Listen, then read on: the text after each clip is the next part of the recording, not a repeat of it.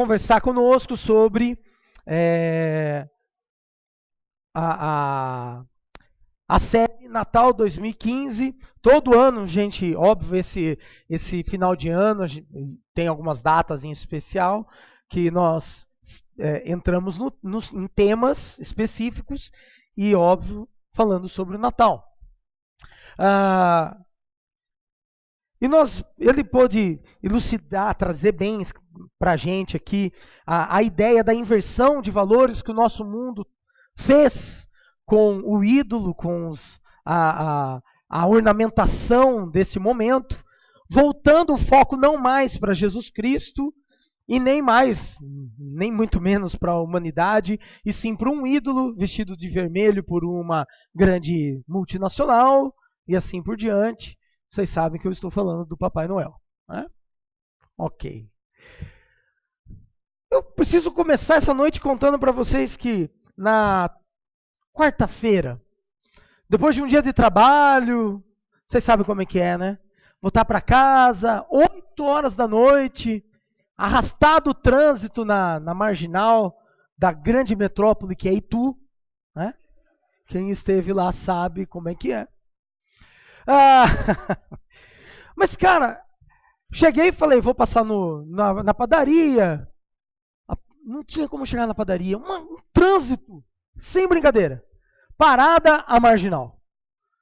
Eu não sabia, eu pegava um atalho, saía fechado do outro lado. Atravessava para o outro lado, chegava no bairro lá em cima, parado também. Falei, meu, o que está acontecendo nesse lugar? Parada, sei lá o que aqui, impeachment, né? Os caras fizeram um motim lá embaixo, não tem como sair da cidade. E eu com o Caetano no carro, e de repente comecei a pegar umas vias, né? As artérias. E de repente eu vejo o quê? À minha frente. Vocês conhecem isso? Tá ruim, tá péssimo? O caminhão da Coca-Cola. Aquela bendita musiquinha. O Natal vem vindo o Natal. E esse urso, tem um urso polar, eu sei que não dá pra ver muito bem, se a luz até que dá. Mas tem um urso aqui jogando bala pra galera. Eu tive que tirar essa foto, né? O Papai Noel ali. E eu falei, eu não acredito que a cidade parou pra ver 3 caminhões iluminados. O do meio com 4, 5. Ainda tinha umas mocinhas meio que pelada também aqui, dançandinho, de duende, de verdinho. Ia pra lá, ia pra cá. Eu falei, cara, não acredito que a cidade parou por isso. Mas você não faz noção o que é parar Itu. Porque assim, mesmo naquele horário, nunca ia parar a marginal.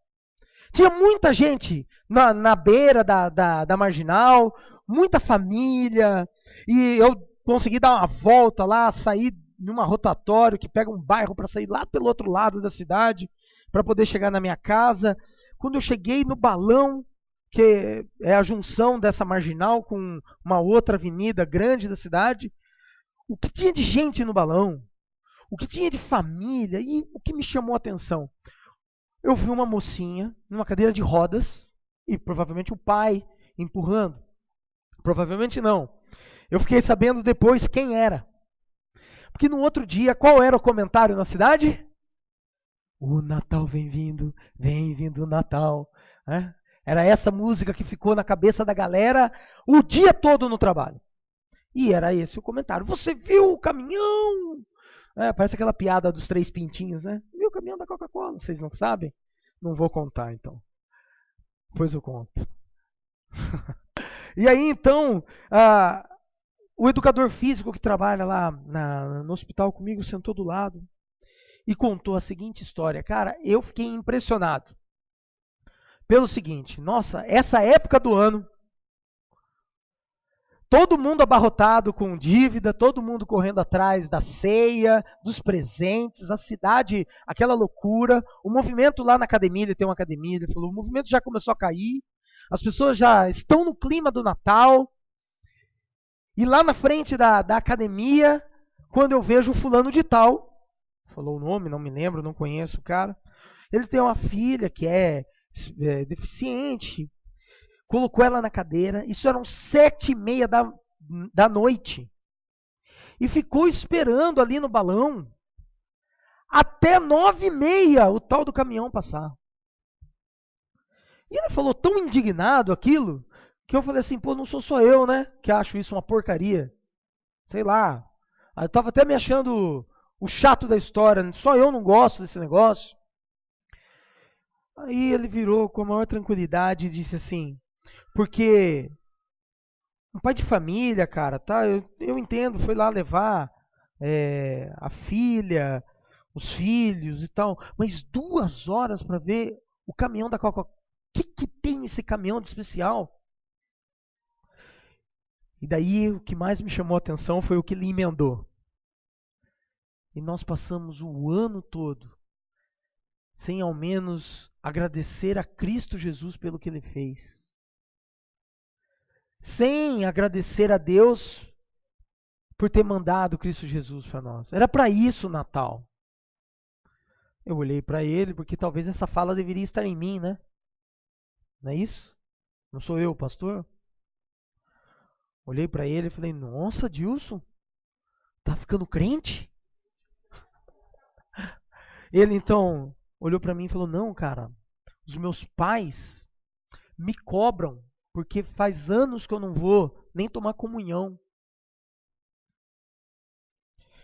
E chega nessa hora, a gente passa ali, vê no meio daquele amontoado de gente, os nossos amigos, os nossos colegas, que passaram o ano inteiro trabalhando, ralando, perdendo, entre aspas, o seu tempo em troca de dinheiro, para ter um dinheiro para sustentar a casa, para dar o melhor para os seus filhos, e passar 2 horas esperando o caminhão da Coca-Cola. É impressionante o quanto inverteu seus valores. Eu falei, bingo, é esse cara que eu preciso levar para pregar na minha igreja.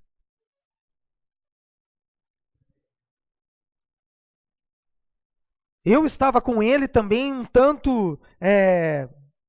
óbvio que eu não estava tecendo esse tipo de comentário, né? Mas a crítica que ele fez foi tão pesada naquele momento que os outros funcionários até começaram a levantar, sair. Um outro já virou e falou assim, é por isso que eu não vou mesmo na igreja, para ninguém me cobrar. Aí virou um outro papo. Mas até quando que a inversão que nós vivemos hoje, ela ainda, como o Marquito trouxe, houve uma ornamentação no céu, uma estrela, anjos cantando, guiando pastores, guiando os magos para encontrar o ídolo. Até quando a inversão dos valores para esse momento, onde há uma ornamentação de um caminhão, de uma cidade toda, 180 mil habitantes parados para ver o tal negócio. Óbvio que não estava 180, mas tinha uns 800. Tinha mais, tinha mais. Mas parar para ver isso e não olhar ao redor e encontrar que aquelas 2 horas que eles passaram sentados esperando o caminhão passar, eles podiam ter investido na vida de outro, na qualidade do tempo com a sua família, ou até mesmo num pietismo religioso, ter passado 2 horas, sei lá, numa missa, no culto, já que ele é católico, né? Até quando que essa inversão de valores vai continuar nas nossas, de alguma forma tocando as nossas vidas e a gente ainda comemorando a passagem do caminhão da Coca-Cola? E aí, então, eu falei uma frase para ele e eu quero continuar daqui em diante a pregação nossa aqui. Eu falei, talvez essas pessoas estivessem mergulhadas ali na marginal, esperando um caminhão passar, porque elas não sabem quem é Jesus, elas não sabem o que fazer para Jesus e com Jesus, porque o mundo, o que é Jesus? É um objeto para o nosso mundo. Ele não passa de um objeto, o qual você consome. Ou não é isso que tem sido vendido nas televisões? Você consome Jesus, Jesus te devolve, faz uma barganha com ele, está tudo certo. Amanhã, se a sua vida está arrebentada ou não, o que importa é uma palavra, prosperidade. E, gente, é uma máquina isso, né? De fazer esse tipo de pregação, de consumir. Jesus, além de um objeto de consumo, é um objeto ah, como é que fala? De me livrar da culpa. Então eu passo o ano todo do jeito que eu quis, o ano todo da forma mais que eu achei correta. Ponto. Acabou. E daí chega nessa data, no Natal, o que eu faço? Eu dou uma cesta básica, compro uns panetones, distribuo para quem não pode ter. Né? Vou lá na missa, vou à igreja tomar a ceia do final de ano, porque é importante. É transformar Jesus em um objeto religioso de troca, de barganha. Até quando a gente vai continuar vendo isso, calados, assistindo o caminhão da Coca-Cola passar? E quando eu falei isso pro Adilson, eu falei, cara, talvez essas pessoas não conheçam tal. Ele retrucou. Vou ter que trazer ele para pregar aqui. Ele retrucou assim: talvez nós não saibamos. Por isso que as pessoas também não sabem. Por isso que os nossos filhos também não sabem. Então a gente não consegue.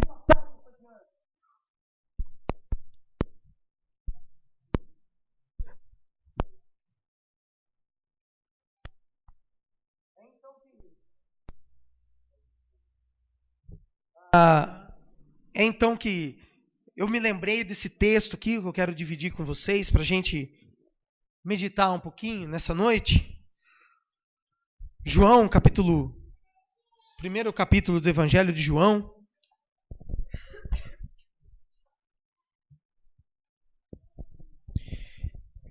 Começa assim: no princípio era aquele que é a palavra. Obrigado. Ele estava com Deus e era Deus. Ela estava com Deus no princípio. Ela quem? A palavra. Todas as coisas foram feitas por intermédio dele. Sem ele, nada do que existe teria sido feito. Nele estava a vida, e esta era a luz dos homens. A luz brilha nas trevas, e as trevas não a derrotaram. Óbvio que isso foi escrito depois. Vocês sabem, vocês conhecem a história do Evangelho de João. Jesus já havia sido assunto aos céus, óbvio. Toda a história do discipulado entre Jesus, seus discípulos e os apóstolos haviam acontecido. O João é escrito justamente para uma comunidade judaica, cristã, mas de maioria judeus, e que de alguma forma estão se esquecendo da vinda do Messias, estão trocando alguns papéis, estão invertendo alguns papéis, e João então escreve para essa comunidade, lembrando, primeiramente, quem é Jesus. E João começa, no princípio, exatamente igual a Gênesis. O texto, o Evangelho de João é escrito como se fosse um paralelo ao livro de Gênesis. Inclusive, se você fuçar o capítulo 1 até o capítulo 2, você encontrará 7 dias. Não é à toa. Porque o paralelo entre Gênesis e João, João está tentando dizer para os leitores ali do primeiro século que o mesmo Deus que lá no princípio disse e criou o mundo pela sua palavra, esse Deus, essa palavra estava presente entre nós. É então que ele começa a descrever quem é esse Deus. Estava com Deus no princípio, quer dizer, no princípio não no caos, na eternidade. Eles têm uma afinidade tremenda. Jesus e Deus são a mesma pessoa. Todas as coisas foram feitas por intermédio dele. Um bom judeu, lendo no princípio, ia lembrar já exatamente de Gênesis. E ainda, vendo essa colocação que todas as coisas foram feitas por intermédio dele. Dele quem? Do próprio Deus. Quem é esse Deus? E João faz questão de falar, esse Deus é Jesus. Então, essa primeira parte, e é legal o Evangelho, o primeiro capítulo, até o versículo 18 do Evangelho de João, esses versículos estão dispostos como um cântico, como um salmo. Então, quando vocês forem ler novamente, imaginem que há uma melodia por detrás disso. O evangelista está trazendo um louvor. E a gente vai ver o desfecho desse louvor nos versículos finais. Mas é interessante como ele descreve Jesus Cristo, como ele descreve esse Deus, porque ele diz que em Jesus, que estava no princípio e é o próprio Deus, a vida está nele. E essa vida é a luz dos homens. Luz para quem? Para que você precisa da luz? Para espantar as trevas, para iluminar o caminho, para não errar. João faz questão de dar alguns sinônimos para Jesus que façam sentido na prática da vida desses leitores. Jesus não é somente um objeto de consumo. Jesus é aquele que vai direcionar a vida do homem que crê que ele é quem ele diz que é. E quem Jesus diz que é? Eu sou. Eu sou o Deus.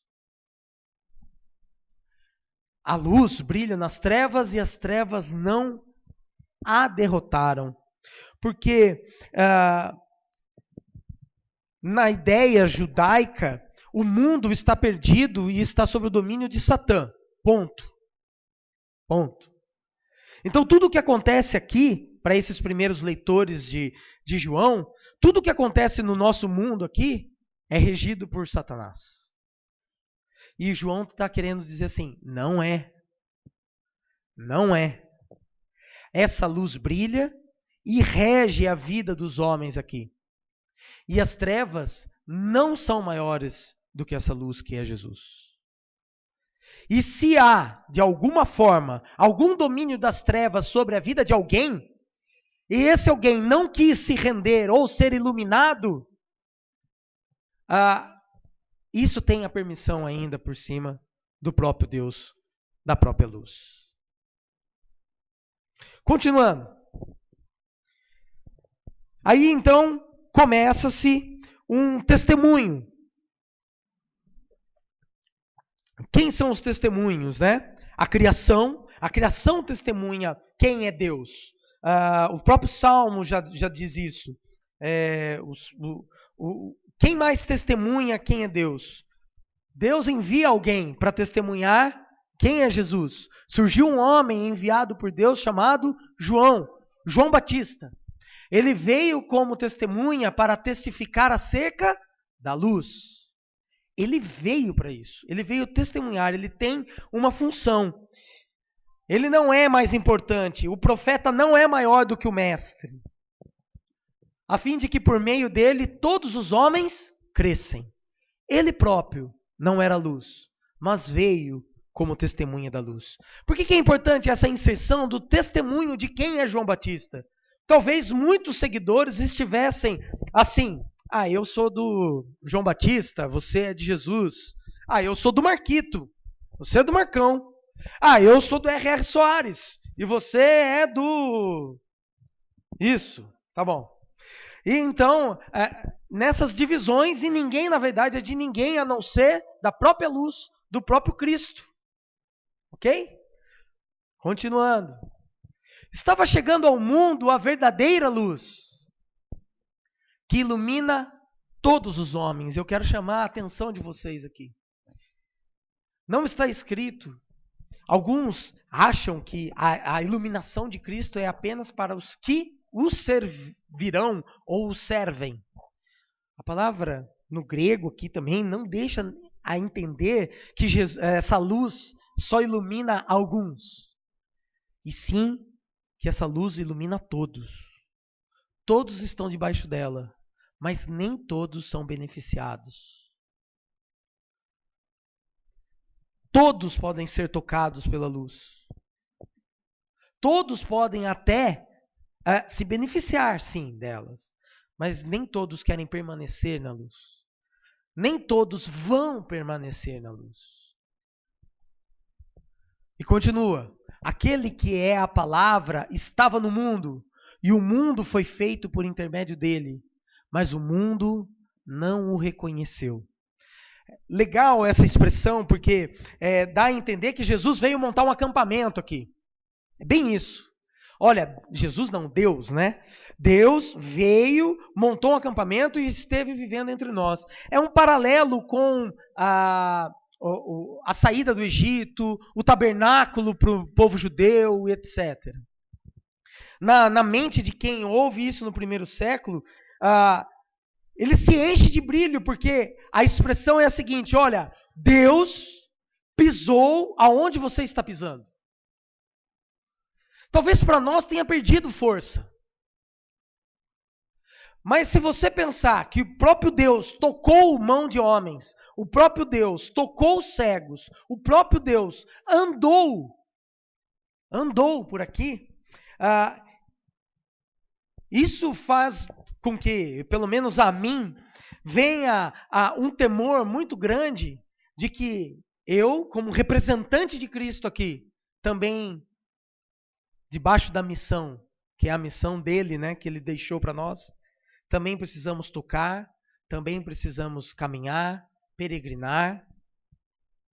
E é assim que todos os homens são tocados pela luz, através de mim e de você. E continua: mas o mundo não o reconheceu. O mundo é o sistema, um sistema de um modo de vida, uma forma, regras para se conviver. João está falando do sistema nesse sentido, o mundo nesse sentido. Porque a gente tem usado aí o mundo para falar das coisas ruins, né? O fulano está no mundo. Quer dizer que o cara está mal, está perdidaço. Aqui João está tratando de dizer que o sistema nosso corrompido não reconheceu o próprio Cristo. E o que é mais interessante, porque ele veio para o que era seu, mas os seus não o receberam. Aqueles que viviam debaixo de um sistema, que são os judeus, foram a vida inteira preparados para encontrar o Messias, desejavam e desejam até hoje isso, e naquele momento não receberam a Cristo.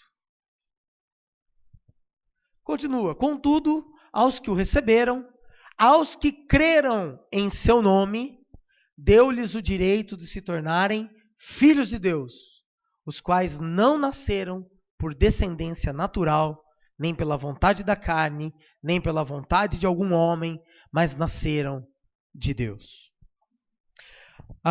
João começa a abrir a fé, né? A tratar da fé. Olha, para sermos nós recebidos como filhos de Deus, precisamos crer em quem Jesus diz que é. E ele diz que é o Cristo, o Messias, aquele que veio para trazer libertação, não a política, mas a libertação da alma, a libertação das escolhas. E ele continua dizendo que esses que aceitaram, que receberam Cristo Jesus, são chamados filhos de Deus, não foram nascidos de Deus como ele, como Jesus. Que João defende a paternidade de Jesus aqui, vinda do próprio Deus. Mas esses não foram nascidos de sangue, de descendência natural, nem pela vontade da carne, nem pela vontade de algum homem, mas nasceram da vontade de Deus, de ter encontrado esses homens e ter colocado neles a consciência de quem é Jesus, o que ele está fazendo aqui e para que ele veio. Que foram os 3 pontos que a gente levantou para tentar entender o porquê que a gente foi ver o caminhão da Coca-Cola. E o texto termina de uma maneira... lembra que eu falei que é um salmo? Até agora está falando de Jesus na terceira pessoa. Ele é a luz, ele veio e os seus não o receberam. E agora vem a exaltação. Porque quem testemunhava até então era a criação e um terceiro elemento, um cara chamado João.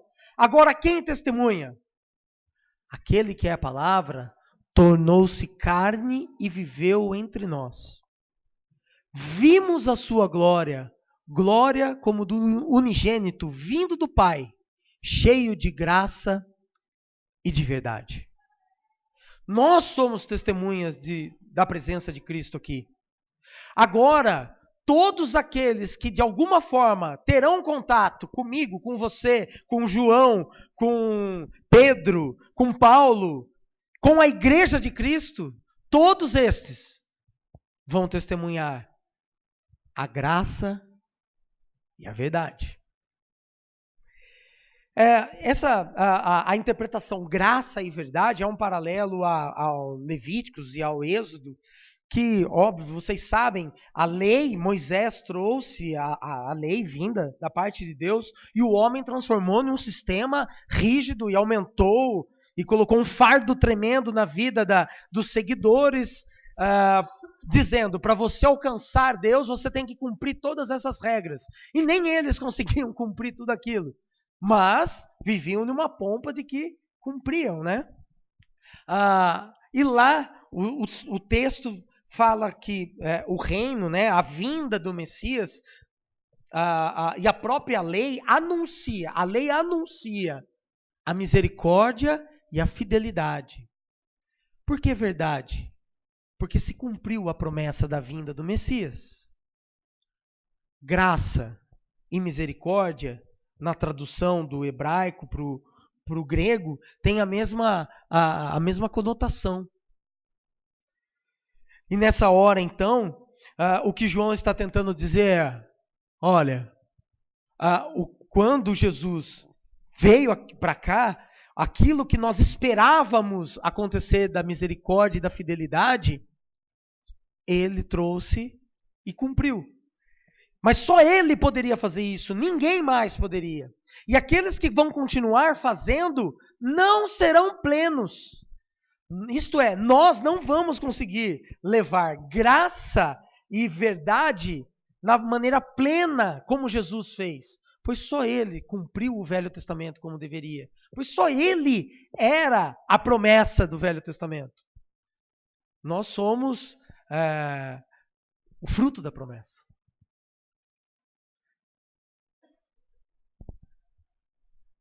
Quero chamar a atenção também para esse termo.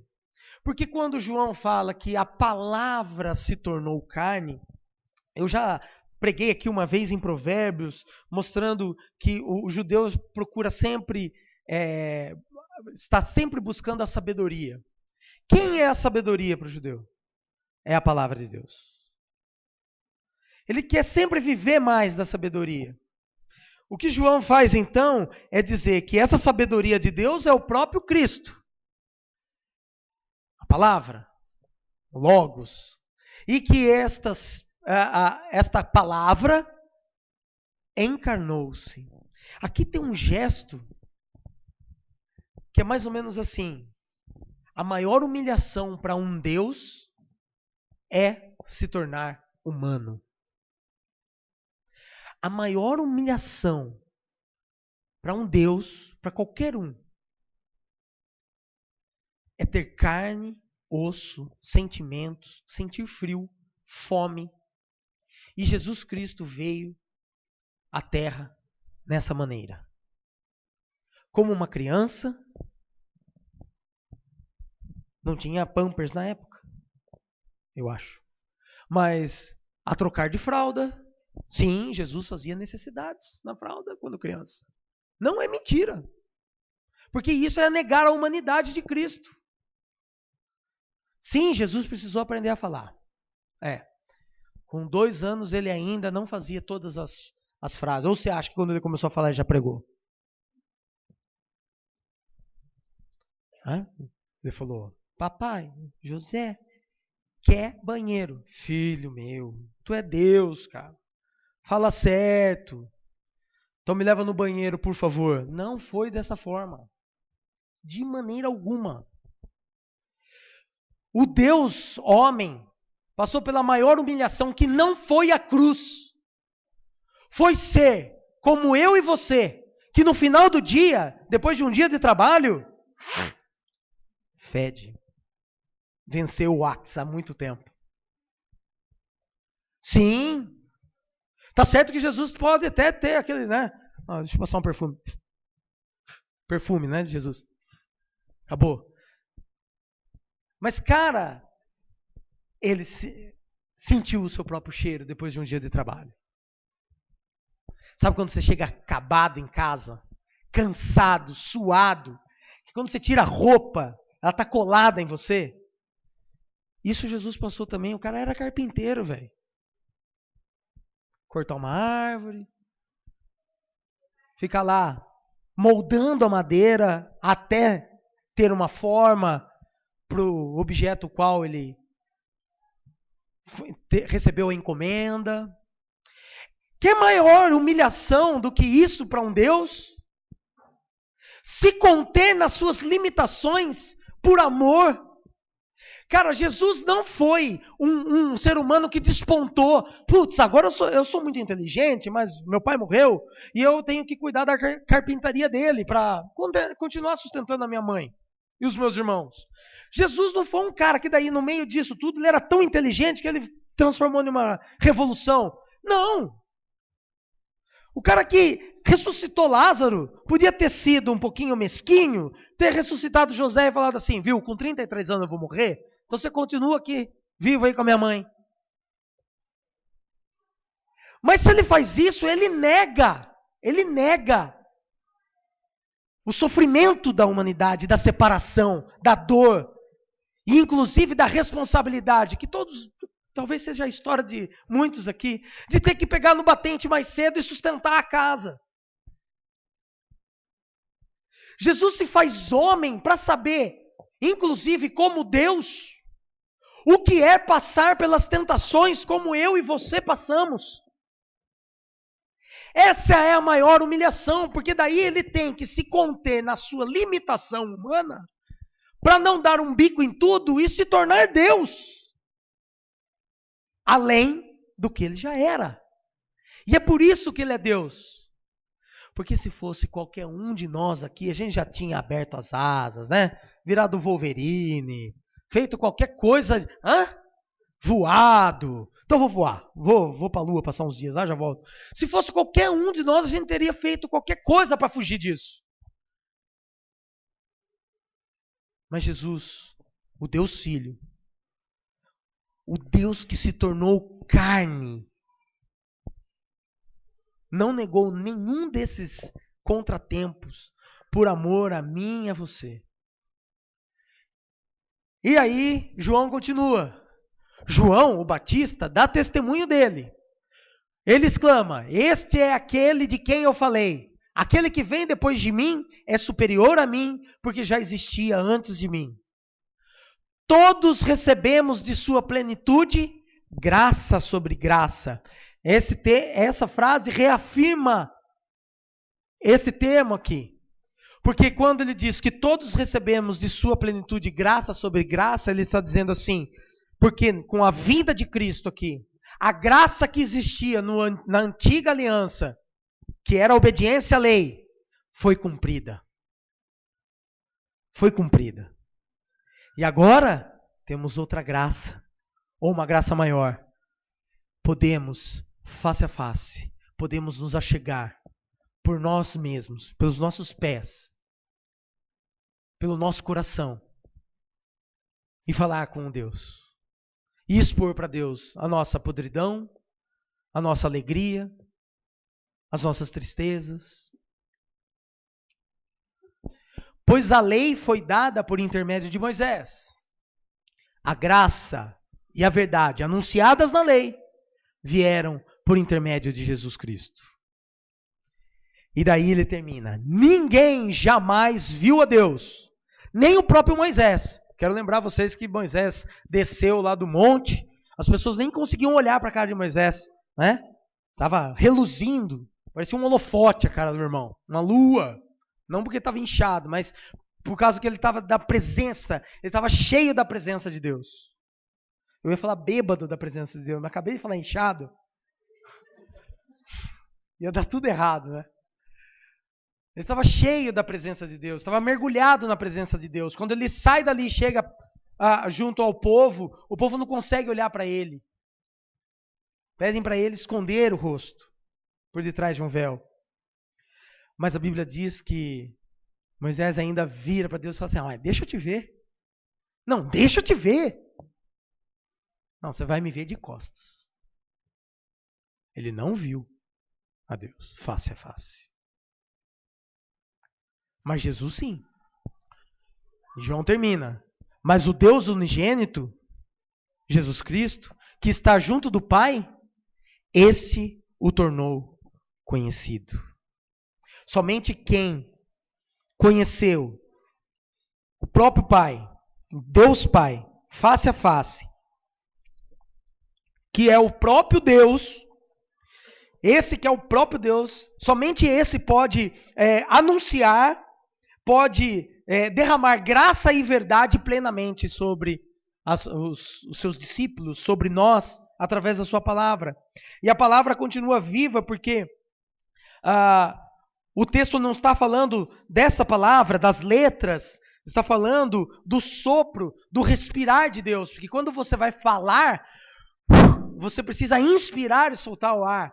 Essa ideia fisiológica está contida no texto. Deus, quando lá no princípio disse, haja luz, essa palavra é o próprio Cristo. Esse sopro é que criou todas as coisas e que todas as coisas testemunham quem Ele é. Pela grandeza das coisas criadas. Deus envia profetas, mas eles não são maiores do que o homem. O presente que é Jesus, esse presente que nós não, ou que os homens não sabem quem são, é o próprio Deus. É um presente que transforma a vida do homem. Justamente por quê? Porque ele se limitou. Porque ele, Deus, se fez homem para mostrar a mim e a você como é sermos homens de verdade. Como é caminhar debaixo da luz. Foi isso que Jesus fez enquanto esteve aqui.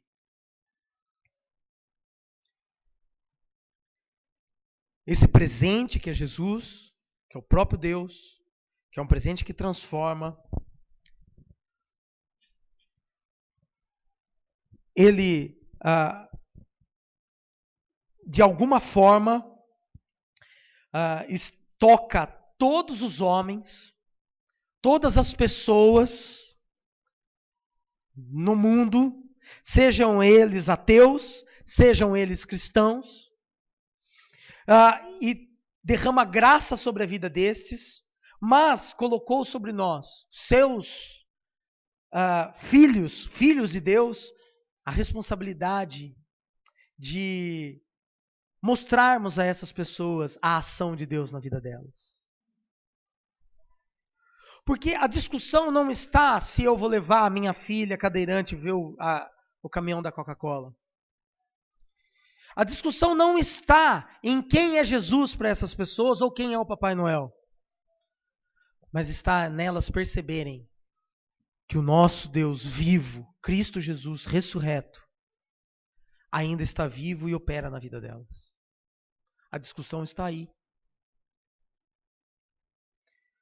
A maioria tem ido ver o caminhão do ídolo da Coca-Cola,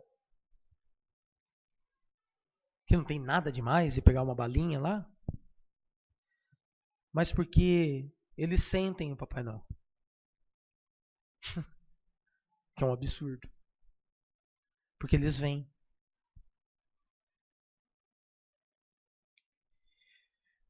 A maioria vai lá não só porque não sabe, eles sabem toda a história e se bobear, eles contam até melhor do que eu a história do nascimento de Jesus, com detalhes que eu nunca vi.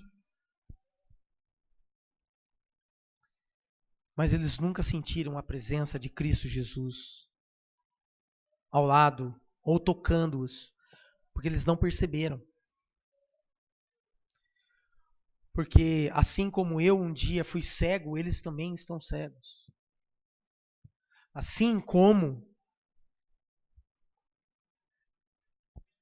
nós um dia todos andávamos nas trevas, não fizemos das trevas maior do que Jesus. Ele ainda é maior, olha para mim e para você e fala: sai das trevas, vem para cá.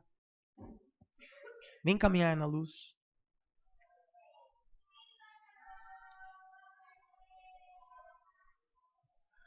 Nós testemunhamos o presente de Deus, que é o próprio Deus, que transforma, mas também é o presente que nós devemos dar às pessoas. Esse é o único presente que nós devemos dar, que a gente recebe e deve dar. Porque eu sei que vocês já fizeram isso, porque eu fiz. No meu casamento eu ganhei 8 torradeiras. Vocês já entenderam, né? E quem está me escutando vai falar assim: ganhei uma torradeira desse cara. 7 pessoas ganharam. Mas esse presente que é Jesus, a gente ganhou, a gente pode passar para frente. A gente deve passar para frente. Para as pessoas reconhecerem o que Jesus está fazendo na vida delas. Tem um vídeo que eu quero passar para a gente fechar aqui essa noite. Essa pessoa não é cristã. Para reafirmar que eu acredito que Jesus ilumina a vida daqueles ainda. E ela tem uma história, talvez você tenha visto isso. O Fernando viu, que eu sei. Vocês tenham visto isso na internet. Mas a história dessa mulher conta um pouco daquilo do presente que é Cristo Jesus, que é o próprio Deus, que transforma e que deve ser passado para frente. Como isso é na prática? Como poderia ser? Só tem um... Je m'appelle Francine Christophe. Je suis née le 18 août 1933. 1933, c'est l'année où Hitler prend le pouvoir. Voilà. C'est mon étoile. Je la porte sur la poitrine, bien entendu, comme tous les juifs. C'est gros, n'est-ce pas? Surtout sur une poitrine d'enfant, puisque j'ai 8 ans en ce moment-là. Il s'est passé dans mon camp de Bergen-Belsen quelque chose de tout à fait extraordinaire. Je rappelle que nous étions des enfants de prisonniers de guerre et à ce titre privilégiés. Donc nous avions eu le droit d'emporter de France un petit sac avec 2-3 petites choses. Une femme, un petit bout de chocolat, une femme, un petit morceau de sucre, une femme, une petite poignée de riz. Maman avait emporté 2 petits morceaux de chocolat. Et elle me disait, on garde ça pour le jour où je te verrai vraiment, complètement par terre, fichu. Je te donnerai ce chocolat, il t'aidera peut-être à remonter. Or, il y avait parmi nous une femme qui avait été déportée alors qu'elle était enceinte. Ça ne se voyait pas, évidemment, elle était si maigre. Mais n'empêche que le jour de l'accouchement est arrivé et elle est partie au revire accompagnée de ma mère qui était notre chef de baraque. Et avant de partir, ma mère me dit « Tu te souviens que je garde un morceau de chocolat ?»« Oui, maman. »« Comment te sens-tu ?»« Bien, maman, ça peut aller. »« Alors, si tu me le permets, ce morceau de chocolat, je l'apporterai à notre amie Hélène, parce qu'un accouchement ici, elle va peut-être mourir. Et si je lui donne le chocolat, ça l'aidera peut-être. » Oui, maman, tu le prends. Hélène a accouché, elle a accouché d'un bébé, toute petite chose malingre. Elle a mangé le chocolat, elle n'est pas morte, et elle est revenue dans la baraque. Le bébé n'a jamais pleuré, jamais, pas même Jeun. Au bout de 6 mois, la libération est arrivée. On a défait tous ces chiffons. Le bébé a crié. C'était là sa naissance. Nous l'avons ramené en France. Tout petit truc de 6 mois, minuscule. Il y a quelques années, ma fille me dit « Maman, si vous aviez eu des psychologues ou des psychiatres à votre retour, ça se serait mieux passé pour vous. » Je dis sûrement, mais il n'y en avait pas. Puis personne n'y a pensé, même s'il y en avait eu. Mais tu me donnes une bonne idée. On va faire une conférence là-dessus. Et j'ai organisé une conférence sur le thème « Et s'il y avait eu des psys en 1945 à notre retour de camp, comment est-ce que ça se serait passé ?» J'ai eu beaucoup de monde. Des anciens, des survivants, des curieux, et puis beaucoup de psychologues, psychiatres, psychothérapeutes, tout ce monde est venu. Très intéressant. Chacun avait son idée, c'était très bien. Et puis il y a une femme qui est arrivée et qui a dit « Moi, j'habite Marseille, je suis médecin psychiatre. Et avant de vous faire ma communication, j'ai quelque chose à donner à Francine Christophe, c'est-à-dire à moi. » Elle fouille dans sa poche, elle sort un morceau de chocolat, elle me le donne et elle me dit « Je suis le bébé. »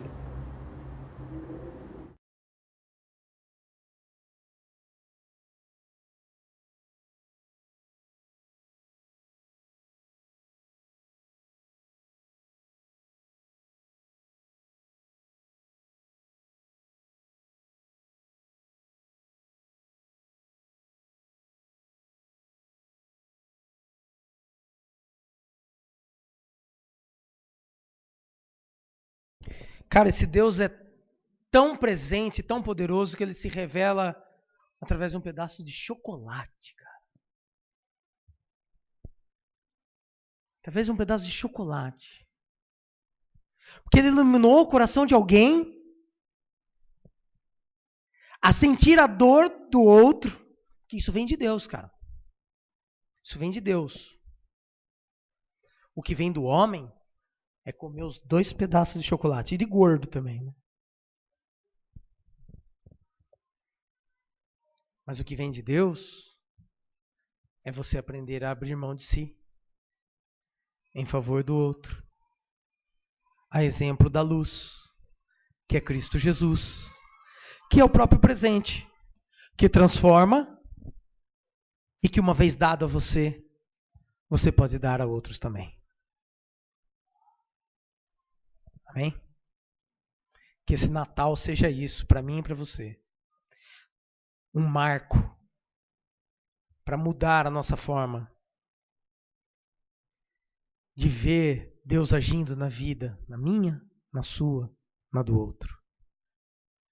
E que Ele continue sendo um presente vivo, que é a transformar, a ser levado a outro, e assim por diante. Muito obrigado, Deus, por essa noite, por esse momento. Obrigado, Pai, porque o Senhor é o Deus. Não existe outro. Não, apesar de sabemos que existem